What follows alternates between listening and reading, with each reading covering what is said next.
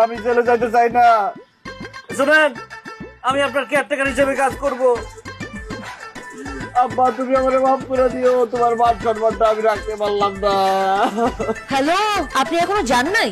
না আমি যাবো না, আমি আপনার কেয়ারটেকার হিসেবে কাজ করবো। ঠিক আছে, আসেন তাহলে ভেতরে আসেন, অনেক কাজ বাকি আছে, আসেন।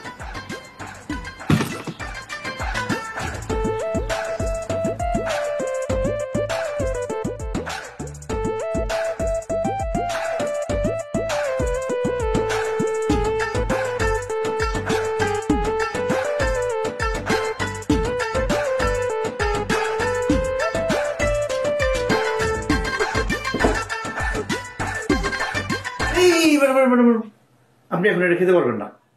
কেন? কারণ এই খাবারটা আগে আমি খাবো। কি আশ্চর্য, আমার খাবার তুমি খাবে কেন?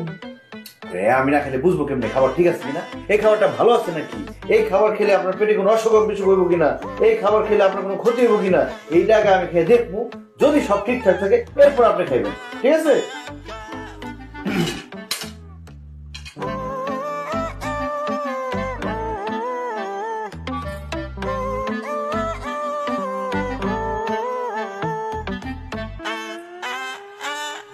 খুবই বাজে টেস্ট।